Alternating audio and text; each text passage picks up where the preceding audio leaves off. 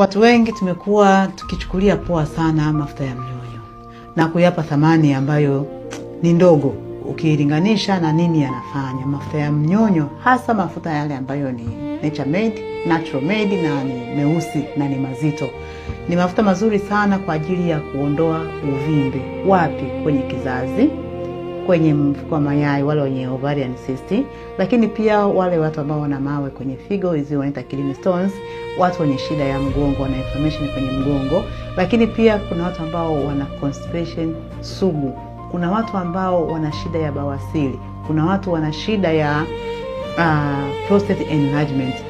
Haya mafuta ya mnyonyo unachotakiwa kufanya baada ya kuwa umeshakula vyakula vyako sahihi, umeshakula kila hebu zako nzuri, mwisho wa siku weka mafuta yako machache kwenye ngozi kama hivi.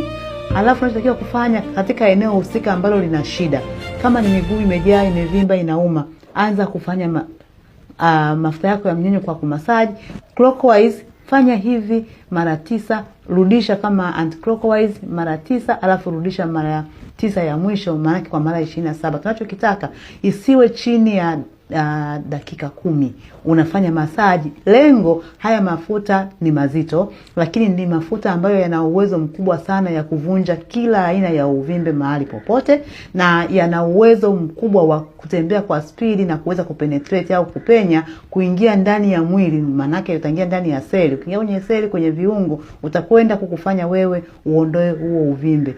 Ni kazi sio ya siku moja, siku 2 wala mwezi mmoja. Fanya kama ni habit, ni tabia yako wewe. Baada ya kila ukiwa umeshaoga, fanya massage.